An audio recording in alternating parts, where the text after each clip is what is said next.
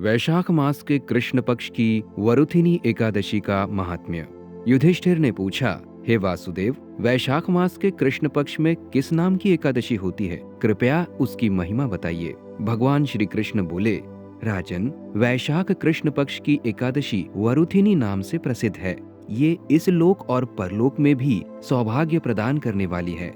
वरुथिनी के व्रत से सदा सुख की प्राप्ति और पाप की हानि होती है। वरुथिनी के व्रत से ही मांधाता तथा धुंधुमार आदि अन्य अनेक राजा स्वर्ग लोक को प्राप्त हुए हैं। जो फल 10,000 वर्षों तक तपस्या करने के बाद मनुष्य को प्राप्त होता है, वही फल इस वरुथिनी एकादशी का व्रत रखने मात्र से प्राप्त हो जाता है।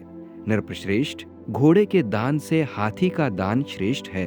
भूमि दान उससे भी बड़ा है। भूमि दान से भी अधिक महत्व तिल दान का है। तिल दान से बढ़कर स्वर्ण दान और स्वर्ण दान से बढ़कर अन्न दान है, क्योंकि देवता, पितर तथा मनुष्यों को अन्न से ही तृप्ति होती है। विद्वान पुरुषों ने कन्यादान को भी इस दान के ही समान बताया है। कन्यादान के तुल्य ही गाय का दान है। यह साक्षात भगवान का कथन है। इन सब दानों से भी बड़ा विद्यादान है। मनुष्य वरुथिनी एकादशी का व्रत करके विद्यादान का भी फल प्राप्त कर लेता है। जो लोग पाप से मोहित होकर कन्या के धन से जीविका चलाते हैं, वे पुण्य का क्षय होने पर यातनामय नरक में जाते हैं। अतः सर्वथा प्रयत्न करके कन्या के धन से बचना चाहिए। उसे अपने काम में नहीं लाना चाहिए। जो अपनी शक्ति के अनुसार अपनी कन्या को आभूषणों से विभूषित करके पवित्र भाव से कन्या का दान करता है, उसके पुण्य की संख्या बताने में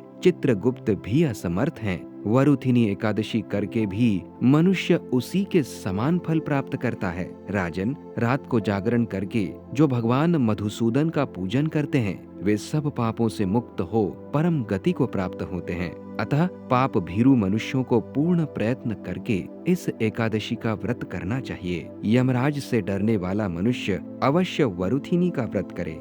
राजन, इसके पढ़ने और सुनने से सहस्त्र गौदान का फल मिलता है और मनुष्य सब पापों से मुक्त होकर विष्णु लोक में प्रतिष्ठित होता है।